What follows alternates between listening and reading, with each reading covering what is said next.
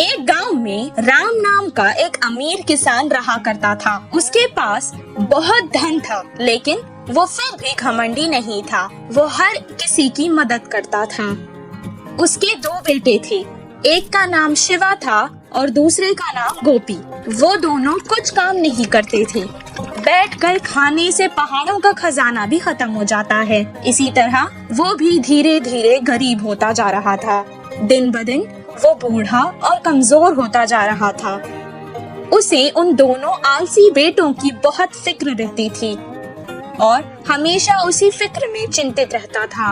एक दिन वो उन दोनों को एक अच्छा सबक सिखाना चाहता था।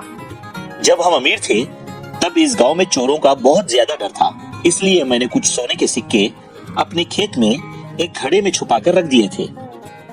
बहुत वक्त हो गया है ना, इसलिए मुझे याद नहीं आ रहा है कि वो कहाँ रखे हैं। तुम दोनों सारा खेत खोद दो और उस घड़े को बाहर निकालो।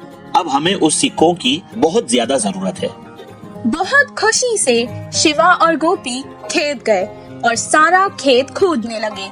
कुछ देर बाद गोपी ने कहा, अभी तक हमने बहुत खोद दिया है, फिर भी हमें वो सोने के सिक्कों से भरा हुआ घड़ा नहीं मिला। शिवा ने जवाब दिया, जिधर खोदना बाकी है उधर ही होगा शायद। बिना ज्यादा समय गवाए जल्दी करते हैं। बहुत मुश्किल से उन्होंने सारा खेत खोद डाला, लेकिन उन्हें वो घड़ा नहीं मिला।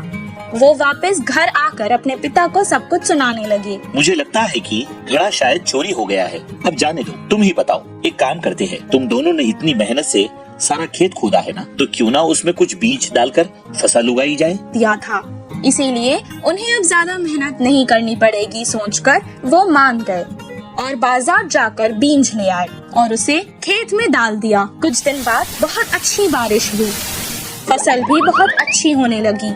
तब राम खेत आया और फसल देखकर उसे बहुत संतुष्टि मिली। उस साल खेती बहुत अच्छी हुई।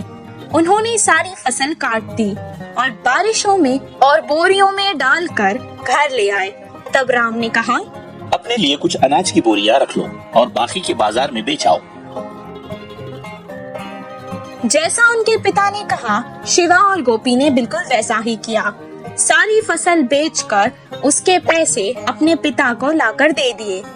अपने बच्चों की पहली कमाई को देखकर वो बहुत खुश हुआ और कहने लगा, बच्चों, यही है वो सोने के सिक्कों से भरा घड़ा जो तुम दोनों मिलकर हर साल इस खेत से कमा सकते हो।